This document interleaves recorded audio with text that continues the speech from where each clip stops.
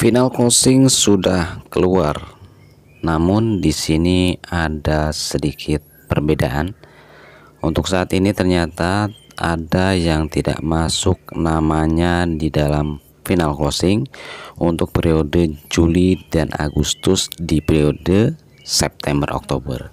Nah, kira-kira apa penyebabnya KPM tidak masuk namanya di dalam final closing untuk periode kali ini?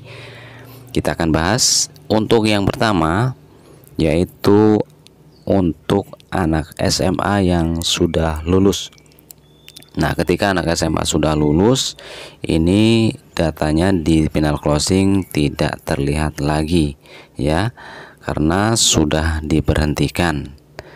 Kemudian untuk yang selanjutnya, yaitu yang nomor 2, penyebab nama tidak masuk dalam final closing ini, yaitu adalah untuk komponen balita ya. Komponen balita ketika umurnya atau usianya itu lebih dari 6, yaitu 6,5 tahun, bisa 6,3 atau 6,7 ya, pokoknya lebih dari 6 tahun. Nah, ini juga nanti masuk dalam nama final closingnya itu akan hilang, tidak ada ya secara otomatis, karena memang sudah di off kan ketika memang tidak ada penerusnya, yaitu hanya balita 1 orang saja. Jadi ketika punya anak balita 1 orang saja ya, nah ini hati-hati ya. Nah, kemungkinan kalau ada penambahan dari anak SD, ada yang lain bisa ya, karena ini hanya 1 saja, yaitu balita yang umurnya lebih dari 6,5 tahun, yaitu akan secara otomatis hilang namanya di data final closing untuk periode September Oktober ini. Nah, kemudian yang selanjutnya, lansia sudah meninggal dunia ya.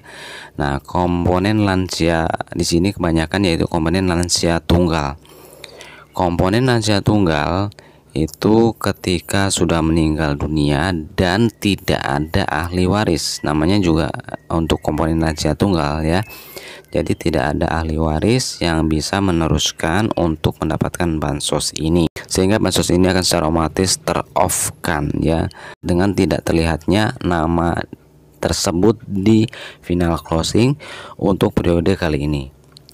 Nah, jadi itu beberapa kenapa yang tidak masuk namanya di final closing untuk periode kali ini. Karena ini sudah muncul ya untuk saat ini, karena siap-siap akan cair nih untuk PKH dan BPNT.